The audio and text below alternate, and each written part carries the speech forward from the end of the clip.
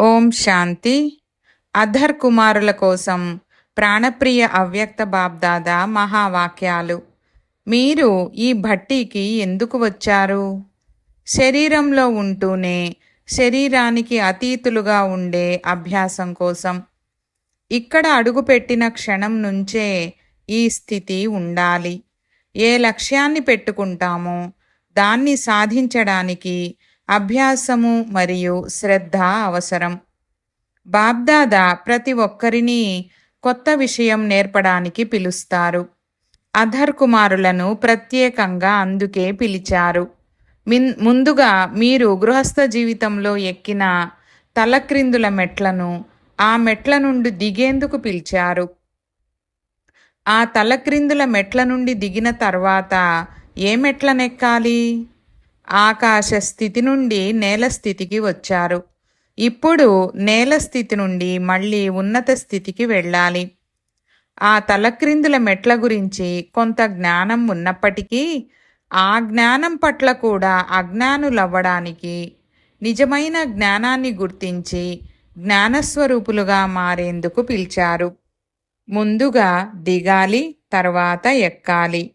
పూర్తిగా దిగకపోతే పైకి ఎక్కలేరు. అన్ని విషయాల్లో మీ అహంకారాన్ని విడిచిపెట్టడానికి సిద్ధంగా ఉన్నారా? ఎంత పెద్ద మెట్ల నుండి దిగాలి? ఆ తలక్రిందుల మెట్లు ఎంత పొడవుగా ఉన్నాయి? ఇప్పటి వరకు చేసిన పురుషార్థంలో మీరు పూర్తిగా దిగిపోయారని అనుకుంటున్నారా, లేక ఇంకా దిగుతూనే ఉన్నారా? పూర్తిగా దిగిన తర్వాత పైకి ఎక్కడంలో ఆలస్యం ఉండదు. కానీ దిగుతూ దిగుతూ ఎక్కడో ఒకచోట ఆగిపోతున్నారు. అయితే ఇప్పుడు ఎందుకు పిలిచారో అర్థమైందా? 63 జన్మలలో ఎక్కిన తలక్రిందుల మెట్లన్నింటి నుండి పూర్తిగా దిగాలి. ఆ తర్వాత మళ్ళీ పైకి ఎక్కాలి. దిగడం సులభమా, ఎక్కడం సులభమా? దిగడం సులభమా, లేక అది కూడా కష్టమేనా? మీరిప్పుడు చేస్తున్న పురుషార్థం దిగిపోయి పైకి ఎక్కడానికా, లేక కేవలం పైకి ఎక్కడానికేనా? కొన్నింటిని తొలగిస్తున్నారు, కొన్నింటిని నిర్మిస్తున్నారు. ఈ రెండు పనులు ఒకేసారి జరుగుతాయి కదా. చివరగా ఏ మెట్టును దిగాలో మీకు తెలుసా? ఈ దేహాభిమానాన్ని పూర్తిగా విడిచిపెట్టాలి. ఎలా శరీరంపై ఉన్న వస్త్రాలను సులభంగా తొలగిస్తారో అలాగే ఈ శరీరం అనే వస్త్రాన్ని కూడా సులభంగా విడిచిపెట్టగలగాలి. అవసరమైనప్పుడు సులభంగా ధరించగలగాలి. ఈ అభ్యాసాన్ని ప్రతి ఒక్కరూ సంపూర్ణంగా నేర్చుకోవాలి. కానీ కొందరిలో ఈ దేహాభిమానం ఎందుకు తొలగడం లేదు? ఈ దేహమనే వస్త్రాన్ని ఎందుకు సులభంగా విడిచిపెట్టలేకపోతున్నారు? డ్రెస్సు చాలా బిగుతుగా ఉంటే దాన్ని సులభంగా తీసివేయలేము. ఇది అలాగే ఉంటుంది. ఏదో ఒక సంస్కారానికి ఈ దేహాభిమానం గట్టిగా అంటుకొని ఉంటే అది సులభంగా తొలగదు. లేకపోతే ఈ దేహరూప వస్త్రాన్ని విడిచిపెట్టడం, మళ్ళీ ధరించడం చాలా సులభము. ఎలాగైతే సాధారణ దుస్తులు తీసివేయడం, ధరించడం సులభమో అలాగే. అందువల్ల ఈ దేహరూప వస్త్రం ఏ సంస్కారానికి బంధింపబడి ఉందో చూడాలి. అన్ని సంస్కారాల నుండి వేరుపడినప్పుడు స్థితి కూడా ఉన్నతంగా మారుతుంది. అందుకే బాబ్దాదా పలుమార్లు అన్ని విషయాల్లో తేలికగా సహజంగా ఉండమని చెబుతారు. మీరు అన్ని విషయాల్లో సహజంగా ఉంటే మీ పనులన్నీ కూడా సులభమవుతాయి. మనల్ని మనమే కఠినంగా చేసుకుంటే పనుల్లో కూడా కఠినత వస్తుంది. ఇంతకాలంగా పురుషార్థం చేస్తున్న వారు ఇప్పటికే పనుల పట్ల నిరాసక్తత, న్యారాపన్, వేరుతనం కావాలి. ఇప్పుడు ఈ భట్టీలో ఉన్న బిగుతు, కఠినత కూడా మిగిలి ఉన్న తలక్రిందుల మెట్లన్నింటినీ దిగిపోవాలి. ఆ తర్వాత లిఫ్టులో ఎక్కాలి. కానీ లిఫ్టులో కూర్చోవాలంటే ఏం చెయ్యాలి? లిఫ్టులో ఎవరు కూర్చోగలరు? తండ్రికి ప్రపంచమంతటిలో యోగ్యమైన పిల్లలే అత్యుత్తమ కానుక. కాబట్టి లిఫ్టులో ఎక్కాలంటే తండ్రికి ఒక కానుకగా మారాలి మరియు మీ వద్ద ఉన్నదంతా కూడా కానుకగా అర్పించాలి. మీరు కానుకగా అవ్వాలి, అలాగే తండ్రి కానుకగా కూడా మారాలి. అప్పుడు లిఫ్టులో కూర్చోగలరు. అర్థమైందా? ఇప్పుడు పరిశీలించండి. మీరు కానుక కూడా ఇచ్చారా? కానుకగా కూడా మారారా? కానుకను ఎంతో జాగ్రత్తగా చూసుకుంటారు. షోకేస్లో అలంకరించి ఉంచుతారు. ఎంత విలువైన గిఫ్టో అంత ముందుగా ప్రదర్శిస్తారు. మీరు కూడా అలాంటి విలువైన కానుకలుగా మారండి. అప్పుడు లిఫ్ట్ కూడా లభిస్తుంది. ఈ ప్రపంచ రూప ప్రదర్శనలో అందరికంటే ముందుకు రండి. అందరిలో ముందుండాలంటే అధర్ కుమార్లు 2 ప్రత్యేక విషయాలను గుర్తుంచుకోవాలి. షోకేస్లో ఉంచే వస్తువుకు ఏ ప్రత్యేకత ఉంటుంది? మొదటిది, మీరే ఆకర్షణీయులుగా మారాలి. రెండవది, ఇతరులను మంచితనంతో ఆకర్షించి దగ్గర చేసే గుణం కలిగి ఉండాలి. ఈ 2 ప్రత్యేకతలను అధర్ కుమార్లు తమలో నింపుకోవాలి. ఈ 2 గుణాలు వచ్చాక ఇంకేమీ లోటు ఉండదు. కొన్ని సందర్భాలలో చురుకుదనంగా లోపిస్తున్నట్లుగా అనిపిస్తుంది. అయితే ఈ భట్టి నుండి ఏ ప్రత్యేక ముద్రను తీసుకువెళ్తారు? ఈ 2 పదాలనే చెప్పారు: ఆకర్షణీయులు మరియు చురుకైన వారు. ఈ ముద్రను తీసుకొని వెళ్తే మీ కార్యాచరణ కూడా మారుతుంది. ఈ ముద్ర ఎంత బలంగా పడుతుందో అంతగా మీ చురుకుదనం స్థిరంగా మరియు మార్పుతో కనిపిస్తుంది. ముద్ర సరిగా పడకపోతే కార్యాచరణలో మార్పు కనిపించదు. భట్టీకి రావడం అంటే తన రూపాన్ని, స్వభావాన్ని రెండింటినీ మార్చుకోవడమే అని విన్నారు కదా. భట్టీలోకి వచ్చిన వస్తువులో ఉన్న లోపాలు కరిగిపోతాయి. నిజమైన స్వరూపం, నిజమైన కర్తవ్యాన్ని ఇక్కడి నుండి తీసుకెళ్ళాలి. ఆ స్వరూపం ఏమిటి? ఏం మారాలి?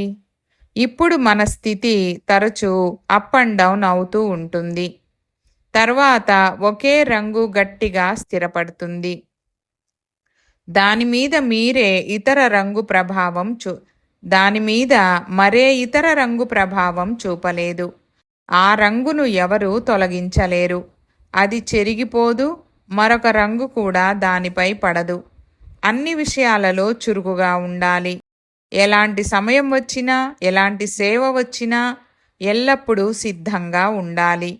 ఏ పని వచ్చినా చురుకైన వ్యక్తి దాన్ని త్వరగా అర్థం చేసుకొని విజయాన్ని సాధిస్తాడు. చురుకుగా లేనివారు ముందుగా ఆ పనిని గురించి ఆలోచిస్తూనే ఉంటారు. ఆలోచిస్తూ సమయాన్ని వృధా చేస్తారు. విజయం కూడా పొందలేరు. యాక్టివ్ అంటే ఎప్పుడూ సిద్ధంగా ఉండటం. అతను ప్రతి పనిని అంచనా వేసి దానిలో నిమగ్నమై విజయాన్ని కూడా సాధిస్తాడు. ఈ 3 లక్షణాలు అతనిలో ఉంటాయి. భారంగా, మందగమనంగా ఉండే వారిని యాక్టివ్ అని అనరు. పురుషార్థంలో భారంగా ఉండేవారు, తమ సంస్కారాల బరువుతో ఉండేవారు యాక్టివ్గా పరిగణింపబడరు. యాక్టివ్ వ్యక్తి ఎల్లప్పుడూ సిద్ధంగా, తేలికగా ఉంటాడు. తానే తేలికగా మారితే పనులన్నీ సులభమవుతాయి. పురుషార్థం కూడా సులభమవుతుంది. తానే తేలికగా లేకపోతే పురుషార్థం, సేవ రెండూ సులభంగా సాగవు. అప్పుడు కష్టాలను ఎదుర్కోవాల్సి వస్తుంది. సేవ కష్టం కాదు, మన సంస్కారాలు, మన బలహీనతలే కష్టాలుగా కనిపిస్తాయి. పురుషార్థం కూడా కష్టం కాదు, మన బలహీనతలే దానిని కష్టంగా మారుస్తాయి. లేకపోతే ఒకరికి సులభంగా, మరొకరికి కష్టంగా ఎందుకు అనిపిస్తుంది? అది నిజంగానే కష్టమైతే అందరికీ అన్ని విషయాలు కష్టంగానే అనిపించాలి. అదే విషయం కొందరికి కష్టంగా, మరికొందరికి సులభంగా ఎందుకు అనిపిస్తుంది? మన సొంత బలహీనతలే కష్టాల రూపంలో కనిపిస్తాయి. అందువల్ల ఈ రెండు విషయాలను ఆచరణలో పెట్టాలి. ముందుగా మనలో ప్రత్యేక గుణాలు ఉన్నప్పుడే మనం ఆకర్షణీయులుగా మారగలం. ఆకర్షణీయులుగా ఉండాలంటే ఎల్లప్పుడూ హర్షితులుగా కూడా ఉండాలి. హర్షితంగా ఉండడం అంటే అతీంద్రియ ఆనందంలో మునిగిపోవడం, జ్ఞానాన్ని స్మరించి ఆనందంగా ఉండడం, అవ్యక్త స్థితిని అనుభవిస్తూ అతీంద్రియ సుఖంలో మునిగిపోవడం. దీనినే హర్షిత స్థితి అని అంటారు. మనసుతోనూ శరీరంతోనూ హర్షితులుగా ఉండాలి. అలా హర్షితంగా ఉండేవారే నిజంగా ఆకర్షణీయులవుతారు. ప్రకృతి మాయలకు వశం కాకుండా వాటిని మన వశంలో ఉంచాలి. వాటికి వశమవడం వల్ల మన హక్కును కోల్పోతాము. అందువల్ల వశం కావద్దు, వాటిని వశపరుచుకోవాలి. అప్పుడు మన అసలైన హక్కును పొందుతాము. ఎంత ఎక్కువ ఆత్మాధికారం పొందుతామో అంత ఎక్కువ గౌరవం ప్రకృతి మరియు ప్రజల నుండి లభిస్తుంది. అయితే గౌరవం పొందాలంటే ఏం చెయ్యాలి? పరాధీనతను వదిలి మీ ఆత్మాధికారాన్ని నిలుపుకోండి. హక్కును నిలుపుకుంటే అధికారులవుతారు, కానీ హక్కును వదిలి పరాధీనులవుతున్నారు. చిన్న చిన్న విషయాలకు కూడా బానిసలవుతున్నారు. మీ సొంత సృష్టికే వశమైపోతున్నారు. లౌకిక పిల్లలు మంచివారే, కానీ మీరు మీ సొంత ఆలోచనలకు సంకల్పాలకు వశమైపోతున్నారు. ఎలా లౌకిక సృష్టికి వశమవుతారో అలాగే ఇప్పుడు మీ సంకల్పాలకు వశమవుతున్నారు. మీ కర్మేంద్రియాలకు బానిసలవుతున్నారు. ఇలా పరాధీనులవడం వల్లే జన్మసిద్ధ హక్కును కోల్పోతున్నారు కదా. పిల్లలుగా మారినప్పుడు మీకు హక్కు కూడా లభించింది. ఎప్పుడు సుఖం, శాంతి, పవిత్రత మన జన్మసిద్ధి హక్కు అని, అధికారమని అంటారు కదా. మీకు మీరే ప్రశ్నించుకోండి, నేను ఈశ్వరీయ సంతానంగా తయారైన తర్వాత పవిత్రత, సుఖము, శాంతి అనే హక్కులను ప్రాప్తి చేసుకున్నానా? హక్కు కోల్పోతే ఏదో ఒక విషయానికి వశమైపోతారు. అందువల్ల ఇప్పుడు పరాధీనతను విడిచి మీ జన్మసిద్ధ అధికారాన్ని తిరిగి పొందండి. మీరడుగుతారు, నా ప్రభావం ఎప్పుడు కనిపిస్తుంది? ఆ ప్రభావం ఎందుకు కనిపించదు? కారణమేమిటి? ఎందుకంటే ఇప్పటికీ అనేక విషయాల ప్రభావానికి మీరు లోనవుతున్నారు. తానే ప్రభావితమవుతూ ఉంటే వ్యక్తి ప్రభావశాలిగా మారలేడు. మీరు ప్రభావశీలులుగా కావాలంటే అన్ని విషయాల ప్రభావానికి లోనవ్వకండి. అలా ప్రభావితం అవ్వకుండా ఉంటే మీ ప్రభావం ఎంత త్వరగా వెలువడుతుందో చూడండి. మీ కార్యాచరణను బట్టి మీరే అంచనా వేసుకోవచ్చు. ఇలాంటి భాగ్యం మొత్తం కల్పంలో ఒక్కసారి మాత్రమే లభిస్తుంది. సత్యయుగంలో కూడా మీరు లౌకిక తండ్రితోనే ఉంటారు, పరలోక తండ్రితో కాదు. 84 జన్మలలో ఎంత అలంకరణ చేసుకుని ఉంటారో. అనేక రకాల అలంకరణలు చేసుకున్నారు. బాబ్దాదా ప్రేమ ఏమంటే పిల్లలను అలంకరించి ప్రపంచం ముందు ప్రదర్శనలో ఉంచడం. అందరూ సంపూర్ణులై ప్రపంచం ముందు నిలిచినప్పుడు ఎంత అందంగా అలంకరింపబడి ఉంటారో. సత్యయుగపు ఆభరణాలు కాదు, గుణాలనే ఆభరణాలను ధరించాలి. ఇది ప్రవృత్తిలో ఉన్నవారి సభ. కాబట్టి ఈ 2 విషయాలను గుర్తుంచుకుంటే సేవాయోగ్యులవుతారు. సేవ కేవలం మాటలతోనే కాదు, శ్రేష్ఠ కర్మల ద్వారా కూడా చెయ్యవచ్చు. ఇక్కడికి వచ్చిన ఈ సమూహం తమను సేవాయోగ్య సమూహంగా భావిస్తున్నారా? ఈ సభలో తమను సేవాయోగ్యులమని భావించేవారు చేతులెత్తండి. ఇప్పుడు చేతులు ఎత్తినవారు సేవకు సమయం కేటాయించి సహాయకులుగా మారగలరా? మాతలకు సహాయం చేయడం ద్వారా ఎంతో మంచి పేరు పొందవచ్చు.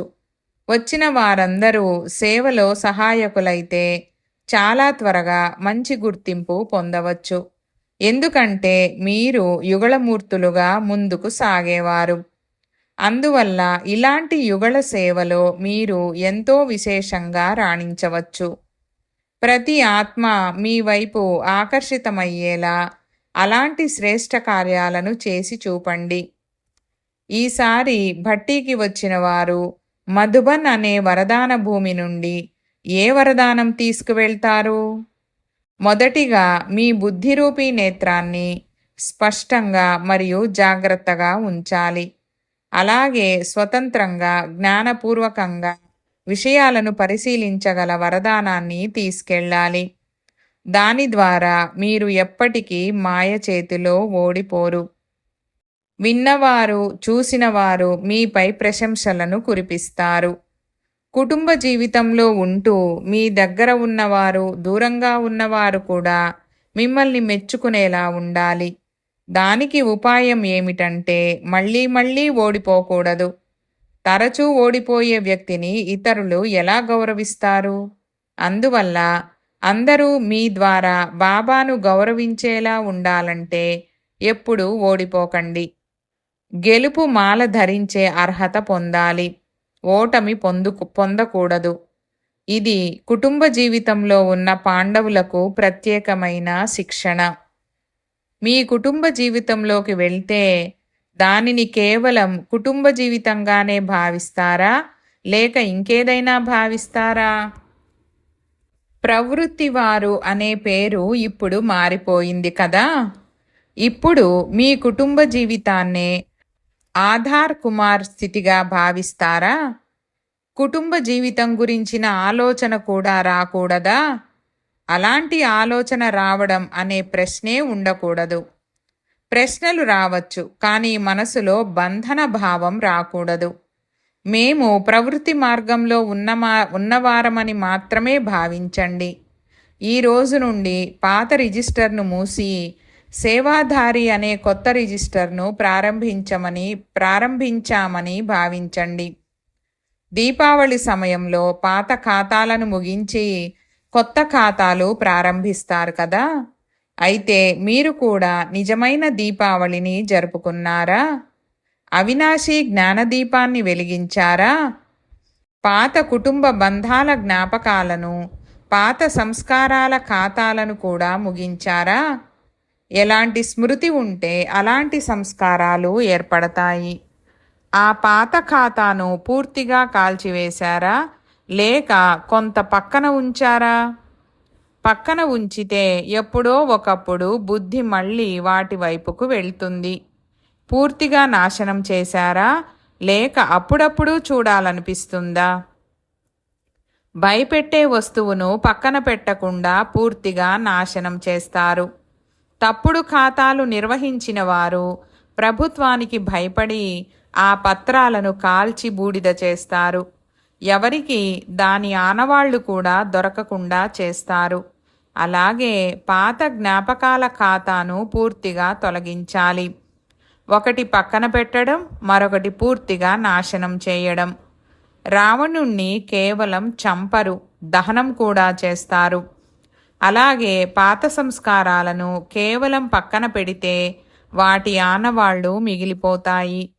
పాత రిజిస్టర్లోని చిన్న ముక్క వల్ల కూడా మీరు పట్టుబడవచ్చు.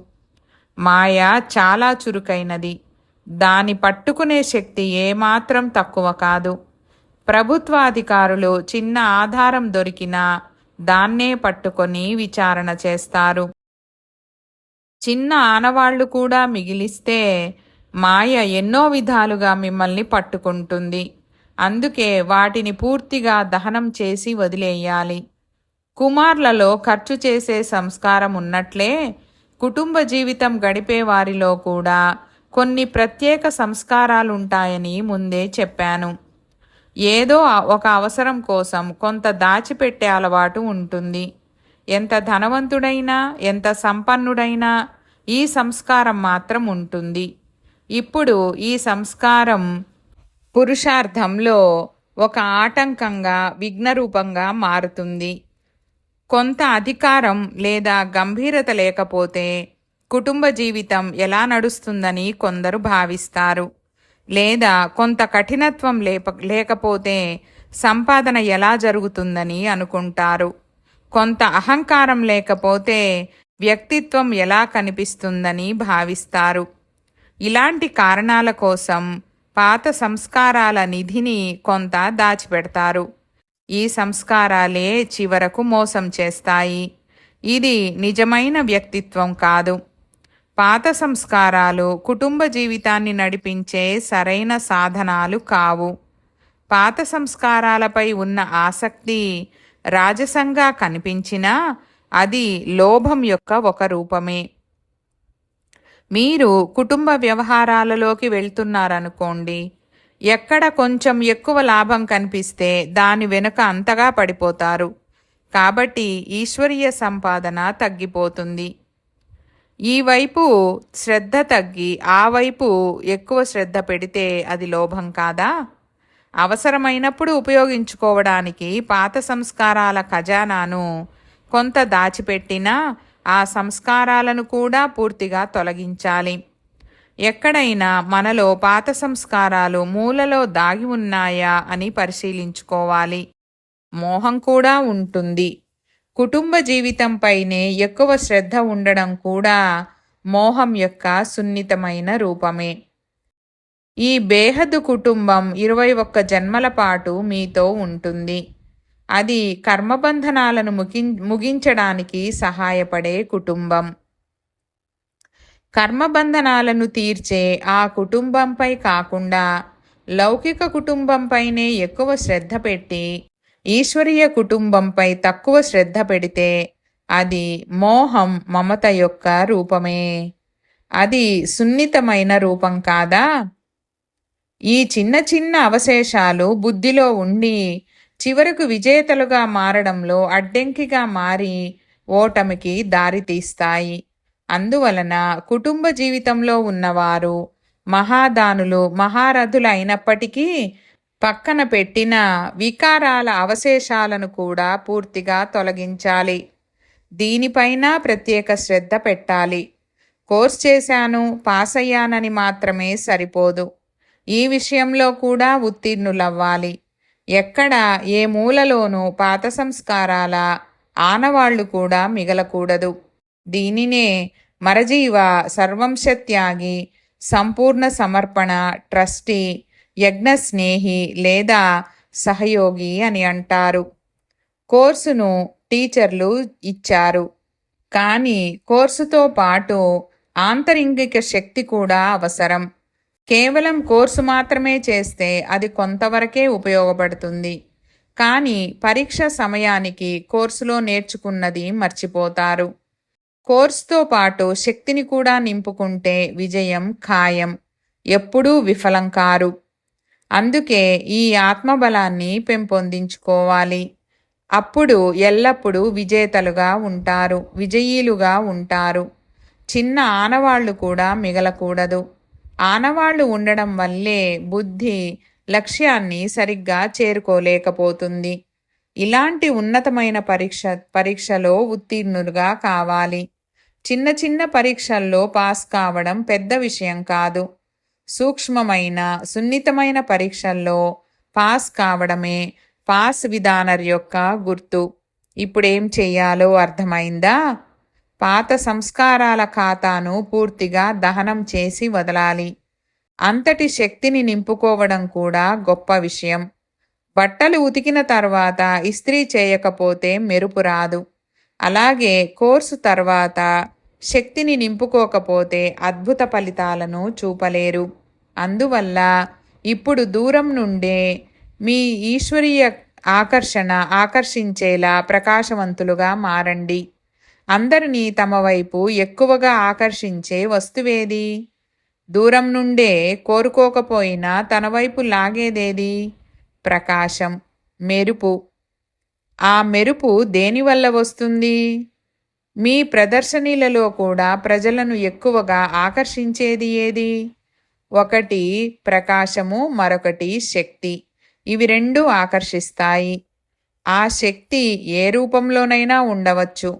మీలో ఈశ్వరీయ ప్రకాశం లేదా ఇతరులను మార్పు చేయగలిగే శక్తి ఉంటే మీరు ఆకర్షణీయులవుతారు. తమను తాము మార్చుకోలేని వారు ఇతరులను ఎలా పరివర్తన చేయగలరు? మీకు మీరు ఎప్పుడు కావాలనుకుంటే అప్పుడు మార్చుకోగలరా? భట్టీలో మీకు మీరు మార్చుకోవడానికి వస్తారు కదా! అయితే మీలో ఆ మార్పు శక్తిని అనుభవిస్తున్నారా? ఎలాంటి వాతావరణమైనా, ఎలాంటి పరిస్థితులైనా వచ్చినా మీ స్వస్థితి ఆధారంగా ఆ వాతావరణాన్ని మార్చగలరా? మీరు వాతావరణ ప్రభావానికి లోనయ్యే ఆత్మలా, లేక వాతావరణాన్ని సతోప్రధానంగా మార్చే ఆత్మలా? మీ గురించి మీరు ఏమనుకుంటున్నారు? భట్టీలోకి వచ్చిన తర్వాత మీలో అంత ధైర్యం, శక్తి నిలువ అయిందని అనుభవిస్తున్నారా? అనుభూతి చెందుతున్నారా? ఎక్కడికైనా వెళ్ళినా ఆ శక్తి ఆధారంగా వాతావరణం కానీ, పరిస్థితులు కానీ మిమ్మల్ని కదిలించలేవు. మీరు మీ స్థితిని ఏకరసంగా, స్థిరంగా, అచంచలంగా ఉంచగలరా? ఇది స్పష్టమే. రోజురోజుకి పరిస్థితులు చాలా తమోప్రధానంగా మారుతున్నాయి. వాతావరణం కూడా ప్రస్తుతం సతోప్రధానంగా మారేది కాదు. అత్యంత తమోప్రధాన స్థితికి చేరిన తర్వాతే మళ్ళీ సతోప్రధానంగా మారుతుంది. అంటే ప్రతిరోజు వాతావరణం మెరుగుపడడం కంటే మరింత దిగజారుతుంది. కానీ బురదలో ఉన్నప్పటికీ కమల పుష్పం అందంగా, పరిశుభ్రంగా ఉండినట్లే తమోగుణమైన వాతావరణంలో ఉన్నప్పటికీ మీ స్థితి ఎప్పుడూ సతోప్రధానంగానే ఉండాలి. ఇంత ధైర్యం మీలో ఉందా? అలా అయితే ఈ విషయం ఇలా జరిగింది కాబట్టి నా స్థితి దిగజారిందని మీరు చెప్పరు. ప్రకృతి ద్వారా అయినా, లౌకిక సంబంధాల ద్వారా అయినా, ఈశ్వరీయ పరివారం ద్వారా అయినా, ఏ పరీక్ష వచ్చినా, ఏ పరిస్థితి ఎదురైనా మీ ఆంతరిక స్థితి అచంచలంగా ఉండాలి.